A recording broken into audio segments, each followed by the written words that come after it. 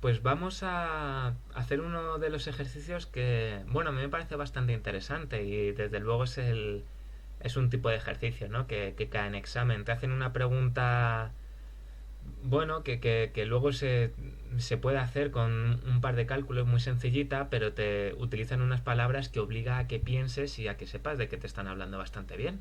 Entonces, fijaros, ¿no? Dicen que halles todas las posibles funciones holomorfas. Eso es como, pues eso son muchísimas, macho. Va a ser infinito. Eso va a ser casi imposible. Pero veréis que no, ¿no? Nos dicen que la parte real es constante. Entonces aquí hay dos cosas. Si nos dicen encuentra funciones holomorfas, yo ya sé que eso quiere decir tienen que cumplir las condiciones de Cauchy-Riemann.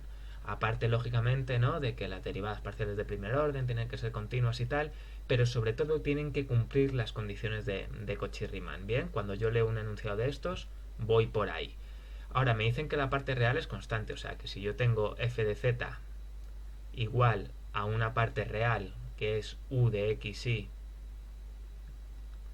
más la unidad imaginaria por una función imaginaria v de xy, si lo que me dicen es que la parte real es constante, me están diciendo, hey, cuando tú derivas tu función u, ¿vale?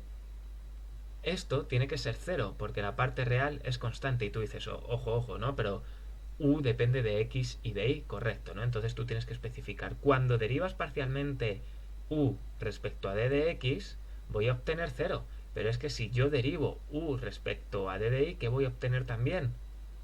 Cero, porque me están diciendo que u de x y es una función constante, es decir, es 3. Y si yo derivo 3 respecto a x o 3 respecto a y, en ambos casos obtengo cero.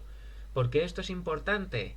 Pues porque lo que me están pidiendo es que averigüe estas funciones f de z que sean holomorfas, es decir, que cumplan Cauchy-Riemann, o lo que es lo mismo, que la derivada parcial de u respecto a d de x sea igual, primeramente, a la derivada parcial de v respecto a d de y.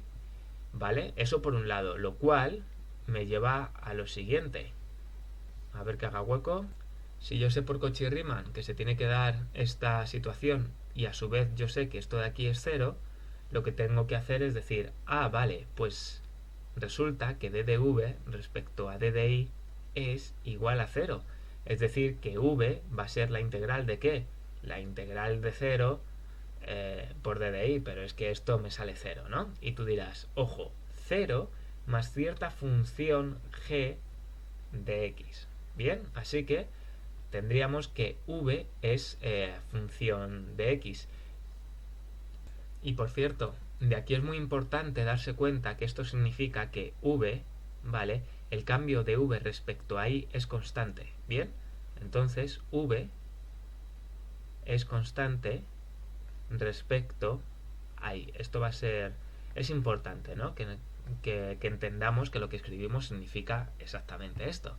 Vale, por otro lado, Cauchy-Riemann nos dice que la derivada de u respecto a d de y, o la menos derivada de u respecto a d de y, va a ser igual a la derivada de v respecto a d de x. Bien, pero es que yo sé nuevamente que esto de aquí es ¿cuánto?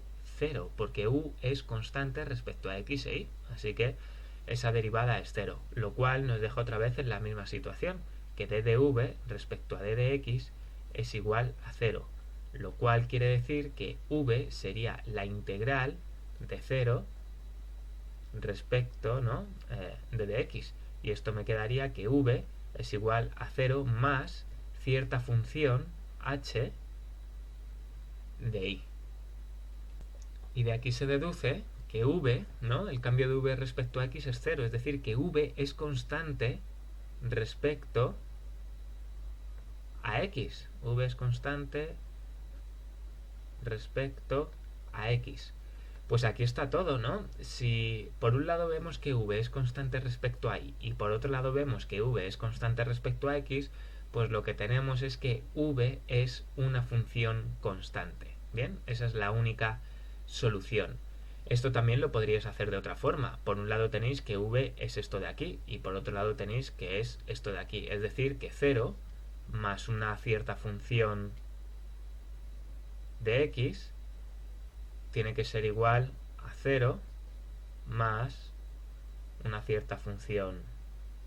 De ahí, alguien podría pensar, bueno, pues entonces lo que me quiere decir esto es que la función de x es 0 y que la función respecto a y tiene que ser 0. Y dices, claro, pero es que tú dices, entonces ¿cuánto es v? ¿V es directamente 0? No, no, no, no, no, no, no, no. V tiene que ser una función constante. Por eso es importante que entendáis lo que estamos haciendo, ¿de acuerdo? Si v es 3, pues esto me vale. Bien, el resultado es que v tiene que ser constante para que se cumplan las condiciones de las ecuaciones de Cauchy-Riemann.